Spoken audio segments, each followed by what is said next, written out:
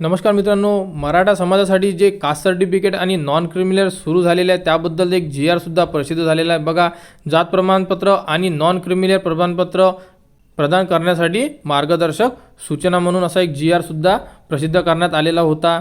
तर यासाठी आता डॉक्युमेंट्स कोणकोणते लागणार आहेत, ज्या विद्यार्थ्यांना नॉन क्रिमिनल आणि कास्ट सर्टिफिकेट काढायचं आहे ते आपण या व्हिडिओमध्ये बघणार आहे। तर व्हिडिओ शेवटपर्यंत बघा आणि चॅनलवर नवीन असाल तर चॅनलला सबस्क्राईब करायला विसरू नका।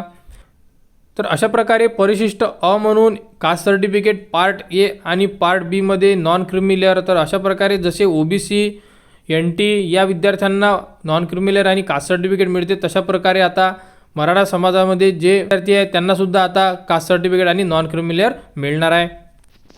तर बघा, मराठा जातीचे प्रमाणपत्रासाठी लागणारे कागदपत्रे, तर सर्वप्रथम अर्जदाराचे आधार कार्ड किंवा मतदान कार्ड लागणार आहे।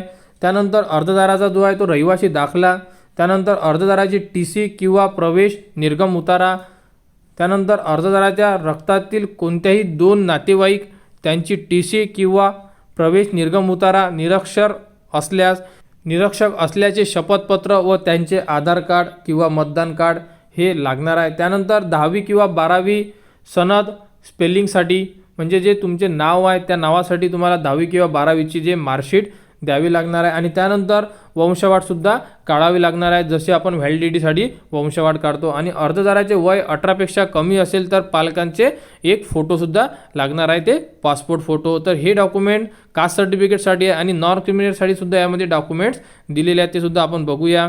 तर बघा, सर्वप्रथम अर्जदाराचे आधार कार्ड किंवा मतदान कार्ड, अर्जदाराचा रहिवासी पुरावा, त्यानंतर अर्जदाराची TC किंवा प्रवेश निर्गम उतारा, त्यानंतर जातीचे प्रमाणपत्र, त्यानंतर तहसीलचे 3 वर्षाचे उत्पन्नाचे प्रमाणपत्र आणि ते सुद्धा पालकाचे लागणार आहे। अगोदर तुम्हाला कास्ट सर्टिफिकेट काढावं लागेल, कास्ट सर्टिफिकेट काढल्यानंतरच तुम्ही नॉन क्रिमिनल काढू शकता। तर हे डॉक्युमेंट जे आहे हे नॉन क्रिमिनलसाठी सांगितलेले आहे। तर जे विद्यार्थी मराठा समाजामध्ये आहे ते विद्यार्थी आता कास्ट सर्टिफिकेट काढू शकते। तर ह्या डॉक्युमेंटनुसार तुम्ही तुमच्या जवळच्या तहसीलला जाऊन तुम्ही तुमचे कास्ट सर्टिफिकेट व नॉन क्रिमिनल काढू शकता। तर अशाच अपडेटसाठी आपल्या चॅनलला सबस्क्राईब करा।